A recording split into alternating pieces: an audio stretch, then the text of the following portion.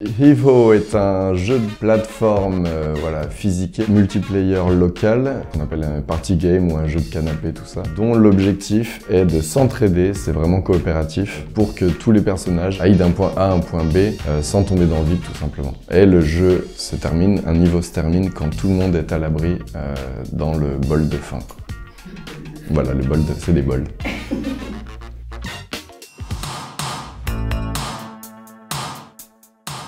Donc né en 87, j'ai toujours eu une génération de retard moi avec les jeux vidéo, donc à l'époque de la Super NES, tout ça, moi j'avais un Commodore 64. Donc pendant très longtemps j'avais des jeux Commodore 64, donc ça a été ma découverte du jeu vidéo. Ensuite j'ai eu une Mega Drive, donc j'avais les Schtroumpfs que j'adorais, que je connais par cœur, qui étaient hyper beaux. Le Roi Lion, Aladdin, Power Rangers, The Movie, c'était l'époque où on faisait des jeux vidéo à partir des films. Je crois pas avoir eu des jeux vraiment qui m'ont marqué plus que ça dans ma vie, un truc phare. Par contre je dessinais en fait, moi le jeu vidéo n'est pas forcément mon truc de base. Donc j'ai fait des études dans le dessin, j'ai fait un diplôme de 3D et en fait je me suis lancé dans le web.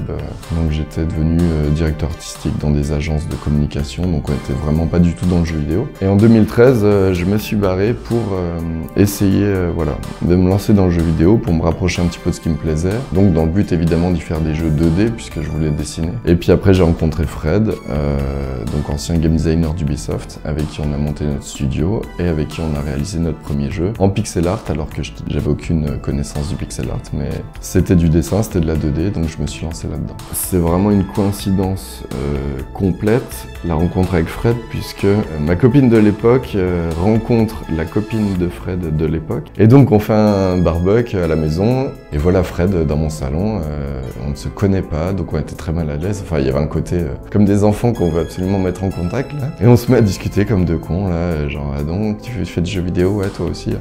Puis en fait, une heure plus tard, on était à fond, on s'entendait très bien, on avait les mêmes références et tout ça. Donc, une semaine plus tard, il s'est pointé chez moi avec un petit PowerPoint de Mother Chablitz, quoi. Il voulait faire un beat'em up à l'ancienne, il avait chopé des trucs sur Google avec des crânes, avec des punks, avec des machins. On n'avait pas encore l'idée de le faire en Russie, il voulait juste faire un Street of Rage-like à l'ancienne.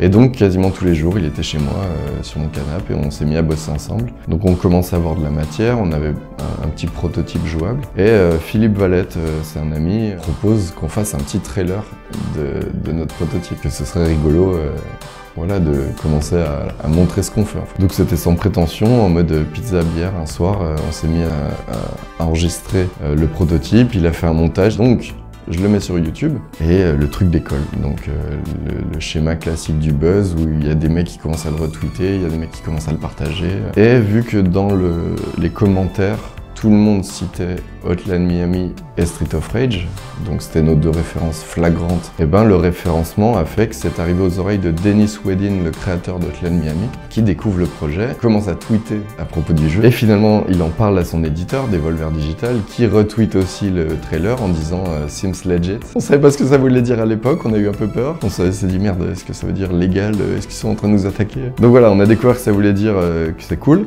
et une semaine plus tard on reçoit un mail qui dit bon, quand est-ce qu'on se rencontre? Donc à l'américaine quoi. Et là ça a bouleversé le projet, ça a bouleversé les perspectives, d'un coup tout devenait possible. Alors qu'on était juste trois chômeurs qui faisaient leur truc dans leur chambre. Quoi. Et donc quelques mois plus tard je crois, Grimm's Trotters de Devolver débarque dans mon salon à Belleville. Et donc on a signé avec eux et là c'était parti. Quoi. Mais il fallait un programmeur. C'est quand même le métier central du jeu vidéo. Ça a été extrêmement compliqué, donc en fait, on a vraiment cru laisser tomber, et pas toujours pour une raison d'argent. On a eu quelqu'un qui nous a fait comprendre que c'était complètement débile de faire du pixel art. Aujourd'hui, la 3D, c'est trop beau. Donc on a eu des retours un peu éprouvants de gens qui ne croyaient pas du tout en ce qu'on faisait. Donc ouais, moi il y a vraiment un moment où je m'étais dit, bon bah, moi j'ai que 2 ans de chômage, je vais pas les claquer voilà, à faire un truc vain quoi. Donc on s'est donné quelques mois et dans un halo de lumière, Florian Renaud, passionné de dingue de Street of Rage, voulait, depuis qu'il était gamin, faire son Street of Rage à lui. Et donc il se greffe au projet. Et finalement, Fred obtient le contact de Vincent Cassard, alias Slowman, qui a le groupe Fiction. Le cartel, ça a toujours fonctionné comme ça, c'est qu'il y a Fred en réal, on va dire, qui a la vision du projet, quoi. Donc moi, c'est la partie DA, Florian codait, et Slow composait des musiques. On a pu sortir le jeu. Dans la douleur quand même, ça a été difficile à la fin, mais on l'a fait. Donc une fois que le jeu est sorti, on a vraiment coupé complètement. Déjà parce que je pense que dans le jeu vidéo, la communauté peut être extrêmement critique et pas toujours de façon constructive. Donc ouais, c'est difficile. Humainement, émotionnellement, tout ça, c'est une épreuve, quoi. Et Fred et moi, on s'est retrouvés tous les deux à la tête du studio, à se demander qu'est-ce qu'on fait. On a quand même un studio maintenant qui a une petite renommée, on a créé quelque chose, on est inscrit de partout comme un studio qui a fait un jeu. Et donc on a eu envie de refaire quelque chose. Ivo est né d'une game jam qui s'appelle l'Urban Game Jam, dont le principe était chaque équipe avait un intervenant, quelqu'un de la culture urbaine. Donc ça pouvait être un graffeur, une danseuse, une rappeuse. Et donc l'équipe de Fred, parce que moi j'étais pas là lors de la game jam, a eu comme intervenant un mec qui faisait du street workout.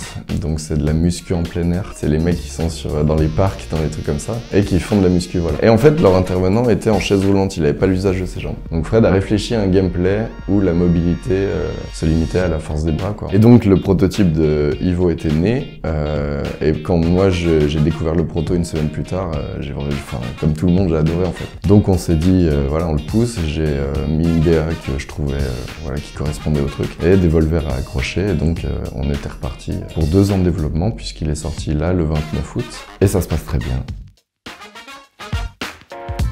Le proto de la Game Jam était intrinsèquement un jeu coop, puisque c'était de l'entraide. Il fallait que les 2 joueurs s'entraident pour aller au bout. C'était vraiment ce côté, on se tient la main, on fait une corde humaine, on s'agrippe.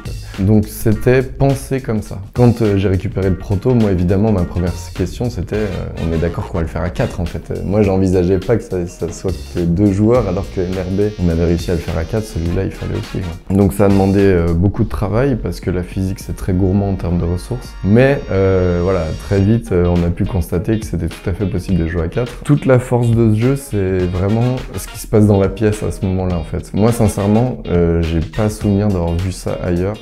Gang Beast avait un peu cette magie, là, sur les salons. On entendait à l'oreille où était le stand, tellement ça crée une hystérie, quoi. Et en fait, Ivo a eu ce pouvoir-là pendant la Game Jam. Tout le monde était agglutiné autour d'eux, à jouer. Et en fait, très vite, on l'a constaté, en fait. À chaque fois qu'on allait en salon, ce qui se passait, c'était hallucinant en fait, ça hurle, ça applaudit. Donc en fait ce jeu il fédère, il fédère tous les âges, tous les types de joueurs. Les playtests ont toujours été des moments absolument magiques, quoi. Alors que MRB c'était une autre ambiance. Là d'un coup, on a ouvert les vannes et on s'est mis à pouvoir faire jouer tout le monde, absolument tout le monde. Cette magie là, c'est vraiment la plus grosse satisfaction qu'on a pu avoir en tant que développeur, c'est de se dire putain mais on peut faire plaisir à tout le monde, quoi. Et donc le fait de s'entraider, de devoir s'entraider, mais sans vraiment le maîtriser, quoi. Le principe c'est que ton perso tu le maîtrises jamais vraiment, tu sais jamais quelle main lâcher, tu passes ton temps à lâcher la mauvaise main, à faire tomber tout le monde. On a vu des fous rires aux larmes. Au début on pensait voilà, des pics, des pièges, des machins, et que ça demandait de plus en plus de maîtrise pour pouvoir avancer. Et en fait on s'est rendu compte que c'était pas tellement la bonne direction, que d'un coup on retrouvait un peu cette fermeture de se dire ah bah les gens se marrent au début, et puis ça devient trop dur en fait. D'un coup, on s'adressait à nouveau qu'à une élite, quoi. Et donc, il y a eu un retour en arrière et Fred a commencé à penser non plus en termes de difficulté, mais en termes simplement de surprise, quoi. De se dire, bah, on va plus chercher à faire une courbe de difficulté, on va juste constamment mettre des nouvelles conneries dedans en fait, pour que les gens ne se sentent pas de plus en plus challengés, mais juste constamment étonnés, quoi, qu'il y ait toujours du plaisir à progresser, parce qu'il y aura toujours de nouvelles conneries, quoi. Et ça c'était hyper intéressant parce qu'on s'est dit bah en fait ça marche, on peut tenir les gens pendant des dizaines d'heures sans que ce soit de plus en plus dur. Il faut simplement que ce soit constamment frais et agréable à jouer, quoi.